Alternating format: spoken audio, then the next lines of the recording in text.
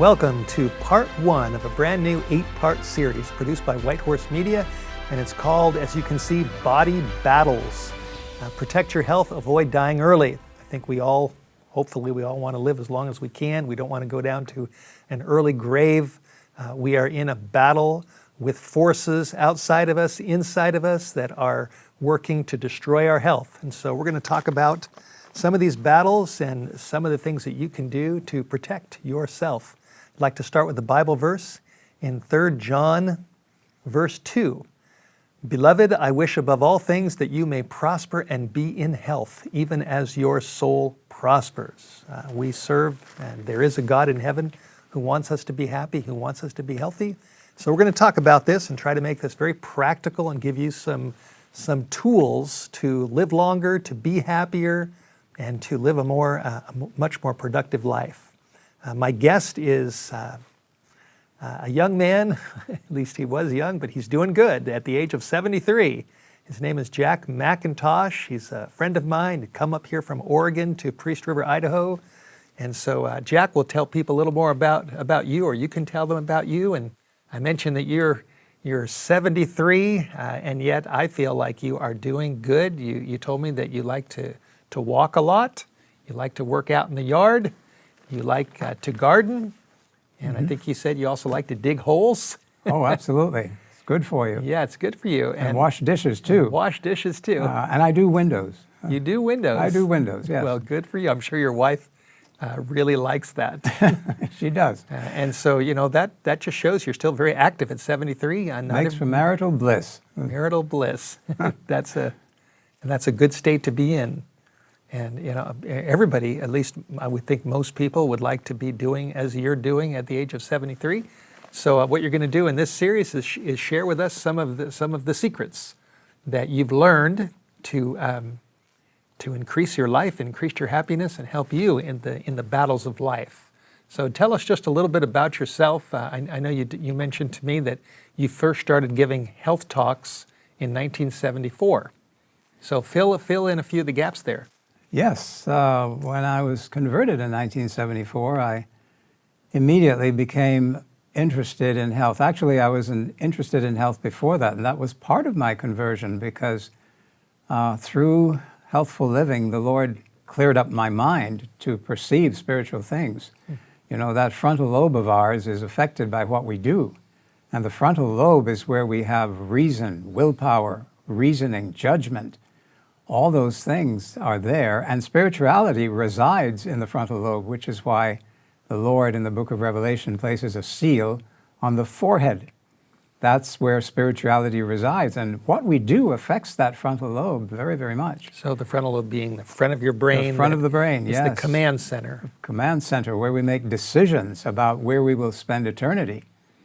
And so I became interested in health. My first health program was actually a 5-day plan to stop smoking. And back in those days, lots of people were interested in stopping smoking, smoking cessation. And the first lecture I attended or gave, there were 148 people in the audience. Today, if you do a stop smoking program, you may get 3 people. Why is that? And the reason for that is that just about everybody who really is going to stop smoking has already stopped smoking. And most of the people who are smoking now are hardcore, basically, and they know that they shouldn't be smoking, but they smoke anyway. So that's why we don't get very many people anymore. But that program was very successful. We ran another one at Buffalo General Hospital, and we had something like maybe 100 or 110. And from there, my health career was launched. I went back to school later on, got a degree in health science, taught health science at Weimar College. And over the years, I've been doing church health programs. I have a program on my website called Reversing Diabetes, which is designed to help people to overcome insulin resistance, which is the basis for type 2 diabetes. So I've been doing lots of health programs and counseling over time. And you've been on 3ABN, television, 3ABN radio. Starting in 1995, yes, I received an invitation to come to Three Angels Broadcasting and do some work there. And that lasted for several years. So I've continued to do health education work over the course of the last 40, 45 years. So you are a health educator, and you also call yourself a lifestyle interventionist. And what exactly does that mean? Well, when people want to make changes in their lifestyle habits, my role is to counsel them and facilitate and coach them. The intervention, of course, is what the person does. What I do is coach them to do the intervention so that the intervention becomes doable and easier.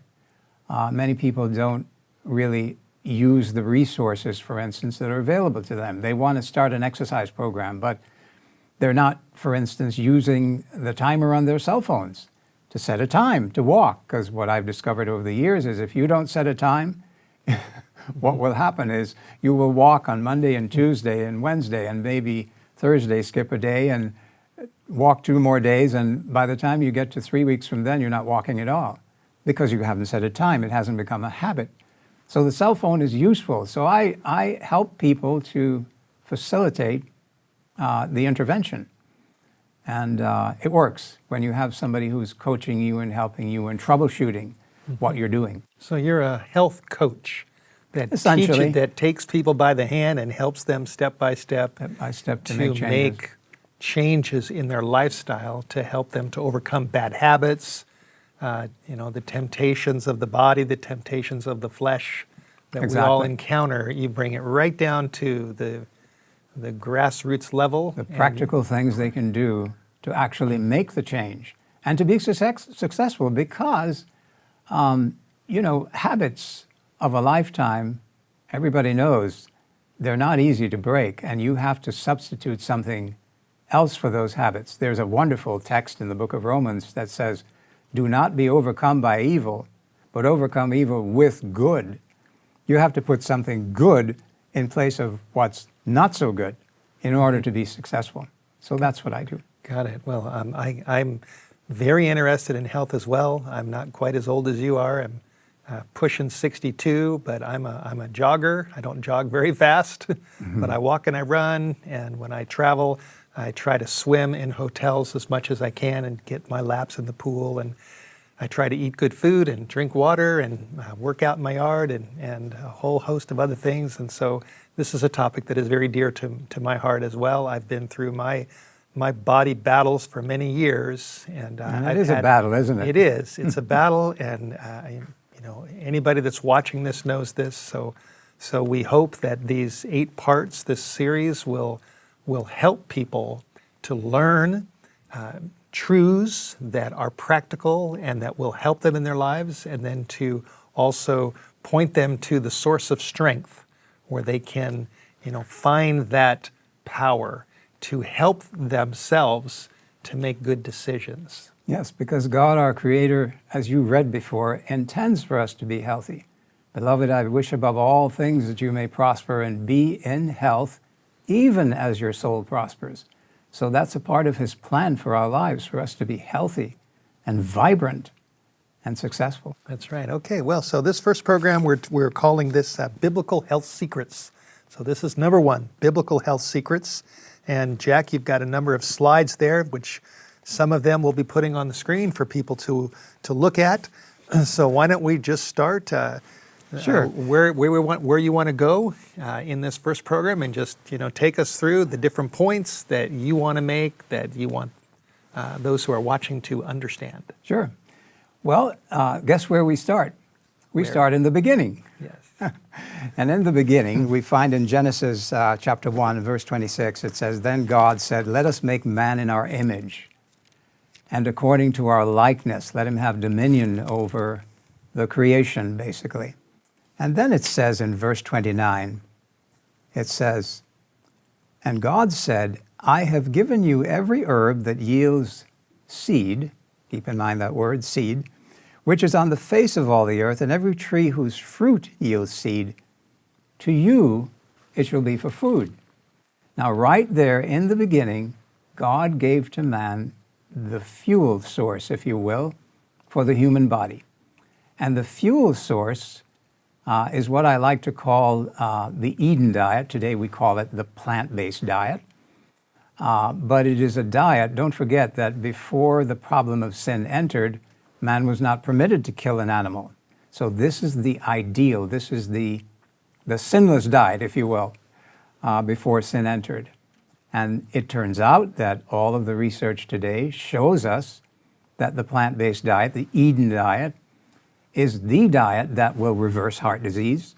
It will help to reverse hypertension and diabetes and most of the chronic diseases that we face today. Cancer, for instance, responds to that plant-based diet, Eden diet. And so that fuel source is critical for us to understand that this is how the Creator, who wants us to be healthy, has advised us to do. You know, we all have cars, but if you're driving just a regular gasoline car, you're not going to go down to the station and put some diesel in it. That would be very foolish. You would have a car that wouldn't run right. I'm afraid that many of us are putting diesel fuel in. And that diesel fuel can be seen when we eat the refined carbohydrates, when we use a lot of animal products and so on. That essentially is diesel fuel, but it's not what the Creator intended in the beginning.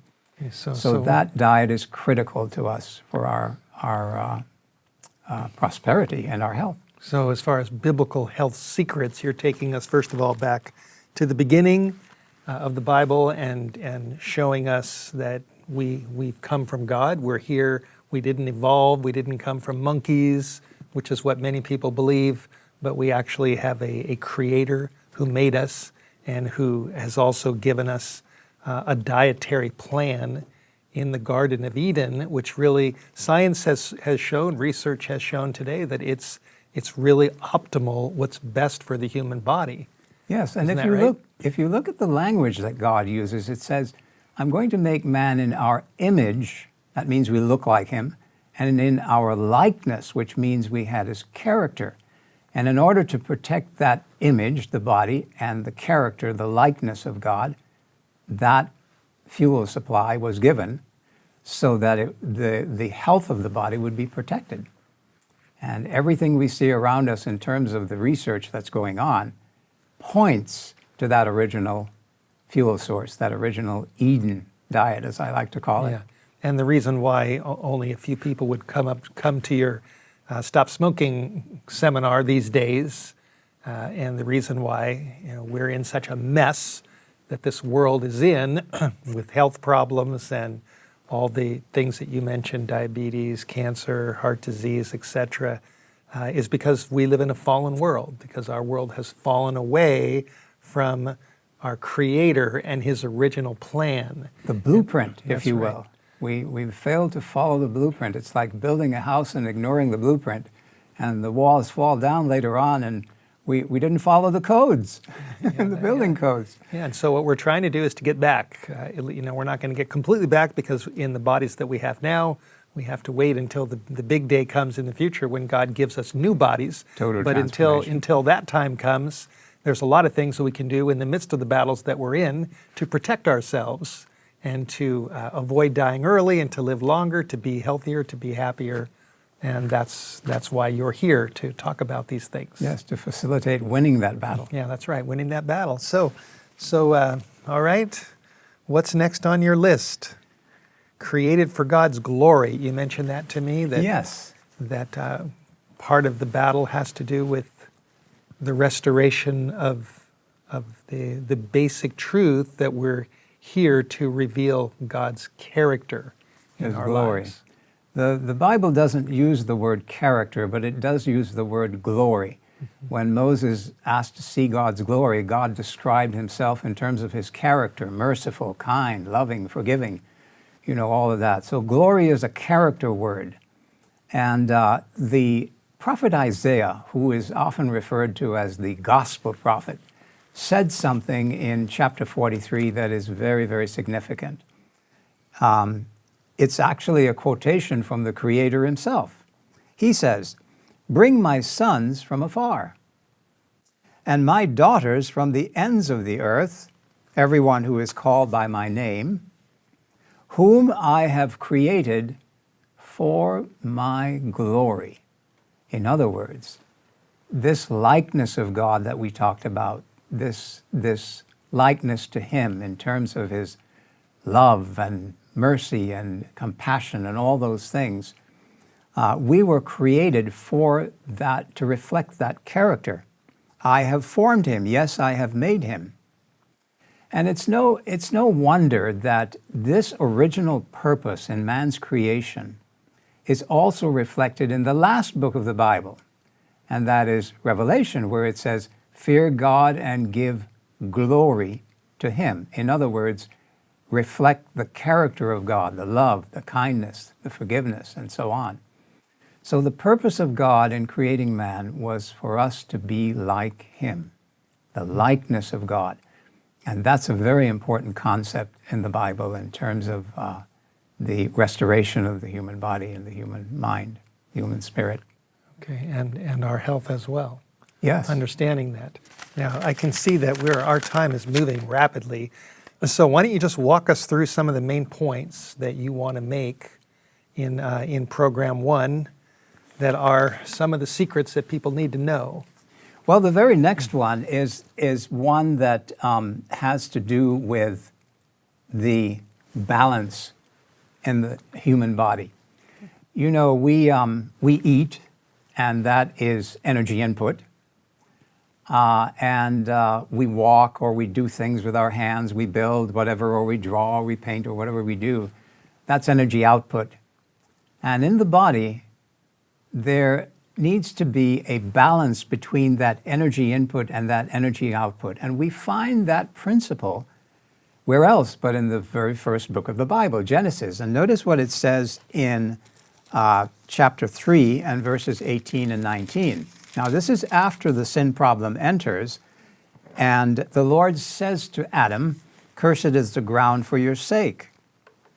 In toil you shall eat of it. So he introduces work there in a new way. All the days of your life, both thorns and thistles it shall bring forth for you. And you shall eat the herb of the field. Now, that's a little bit of nuance, a change in the diet. The green plants. Broccoli is green. We consume the plant, whereas before we were consuming the fruit of the plant. But now we're consuming plants itself. And broccoli, it turns out, is very important for fixing the disease problem. So we have a change in the diet. But now we come to this balance concept. The Lord says to Adam, in the sweat of your face you shall eat bread till you return to the ground. Now, I read that for years and I didn't quite understand, but as I studied physiology, it began to dawn on me that what we're really talking about here are two concepts: energy input, which is eating, and energy output, which is the sweat of your brow. Okay. And what's really being communicated here, at least one of the things that's being communicated, is that energy input, eating, must be balanced by energy output, which is perspiration or working. Right? Those two things have to be balanced. If they're not balanced, what happens is things like insulin resistance in the human body, where the muscles are not being used, and so the insulin receptors disappear on the cell, the blood sugar gradually begins to rise, and the person becomes insulin resistant, and then pre-diabetic. And then finally, the blood sugar gets to 126 and the doctor says, oh, you're diabetic. Well, they were working on that all those years when they were in those various phases of insulin resistance. When we don't have enough physical activity and we're just putting in energy all the time. In the form of food. In the form of food. And a lot of it's not even healthy food. Yes, all exactly. Kinds of food. The refined carbohydrates, the high fructose corn syrup drinks that do so much to create high blood pressure. Uric acid blocks the production of nitric oxide, and so your blood pressure rises over time. All those things are detrimental to the human body when we just take in energy, and especially refined carbohydrates, and we're not being physically active. So that concept of the balance of energy is really critical in maintaining human health. So when we take too much in and we're not, walking or exercising or doing anything, then we're going to have problems. Yes. We're losing the body battle. Yes, and trouble. insulin resistance is one of the primary things that happens when we are not physically active and we are just taking in energy and not balancing it with energy output. Yeah, I thought that was really insightful. I've read this verse many times, in the sweat of your face you shall eat bread, but I never saw the connection that we eat the bread and we need to sweat in order to make sure that we're having that balance. And I never saw it until I really started to study anatomy and physiology, and I began to realize, hey, you know what, there's a principle here of energy balance, that creates a kind of what in technical terms they call it homeostasis. That balance is critical. The whole body functions. There are hormones that balance one another in the human body, and so that balance is part of how we stay healthy. And later on in the series, we're going to talk more about exercise, Yes. more about the kind of food to eat and the kind of food to avoid. We have a whole program on the Eden diet and the benefits of the Eden diet. We have another one called 40 Reasons to Exercise. So we'll be doing that program a little bit later also. Okay, well, why don't you share one more of your slides, one of your main principles, and then we'll wind this up and then get ready for the next program. Yes. The last one I would like to share is something that comes from the book of Isaiah. And it has to do with how we relate to other people. So I'm just going to read something for you from the book of Isaiah, chapter 58 and verses 6 to 9. And it says, Is this not the fast that I've chosen, to loose the bonds of wickedness, to undo the heavy burdens, to let the oppressed go free, and that you break every yoke? Now notice, is it not to share your bread with the hungry? It doesn't say the government's bread, by the way. It says your bread. And that you bring to your house the poor who are cast out. When you see the naked, that you cover him and not hide yourself from your own flesh. Then your light shall break forth like the morning. That's banishment of darkness and depression. And notice what it says next. Your healing shall spring forth speedily. Apparently, God has made it a rule of health that when you disturb yourself and come out of your zone and you help others, that there is a blessing upon the giver. In fact, Jesus said it best. He said, it is more blessed to give than to receive. The recipient of the gift gets a blessing, to be sure, but God has reserved the larger blessing for the giver. And that is something that people need to realize, that benevolence, that getting out of your comfort zone and doing something for others because of your compassion and love for them, that is a blessing to you. And it turns out that your health is connected, because it says your health will spring forth speedily. It even goes further. It says your righteousness shall go before you. And notice the next word, the glory of the Lord shall be your rear guard. Nobody's going to blindside you from behind, because God promises to protect you from behind if you are benevolent. And he promises to heal you if you are benevolent. In other words, it is a consequence of your reaching out to others to satisfy their needs. So this is a wonderful principle that everyone should be aware of, that benevolence, in fact, is connected to our health. So sitting around's not good for us when we don't do something. Did you mention some time ago, as we were talking outside this program, you talked about sitting? What was that line you used? Yes, that sitting is the new smoking. We're going to talk about that. Right. So we need to be not just eating and sitting. We need to be active, so we'll have that balance. And then as we are active, we need to be involved in not just doing things only for ourselves. We need to be doing things for others, which we need to get out of our self-focus and start focusing on helping people around us in whatever way we can.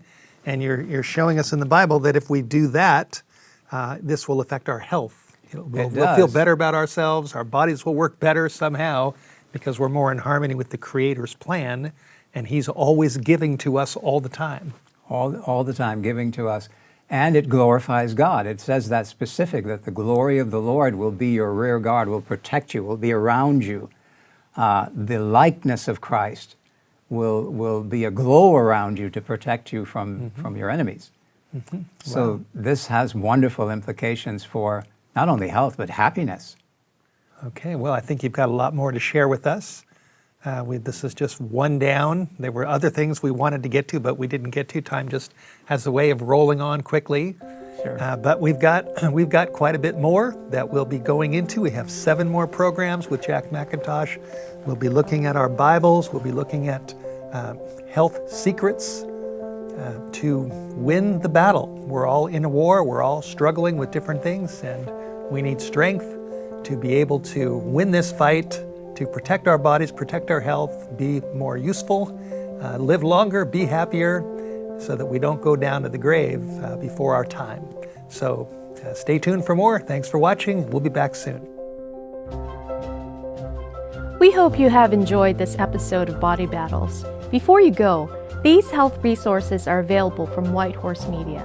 First, our book, End Times Health War, which is loaded with life-changing information about the secrets of health, plus how you can supercharge your health by adding sprouts to your diet and by drinking organic fresh juices. If you would rather read smaller books, we have the same information in these little pocketbooks: Fabulous Health Made Simple, Surviving Toxic Terrorism, Juice Your Way to Fabulous Health, and Sprout Power. You may also be interested in these other wonderful pocketbooks: Help for the Hopeless and Secrets of Inner Peace. They're all short, easy to read, and easy to share. They are all available from White Horse Media. We hope you've been blessed by this White Horse Media production. To support White Horse Media, please call us at 1-800-78-BIBLE. That's 1-800-782-4253. You may also send your donations by mail to White Horse Media, P.O. Box 130, Priest River, Idaho 83856, or donate online at whitehorsemedia.com.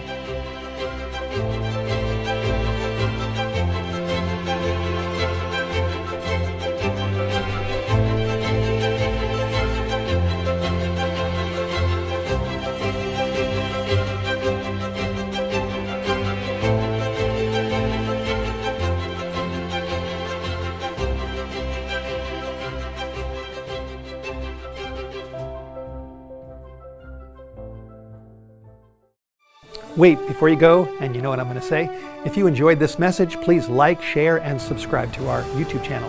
To hear more messages, check out our other videos. Have a blessed day.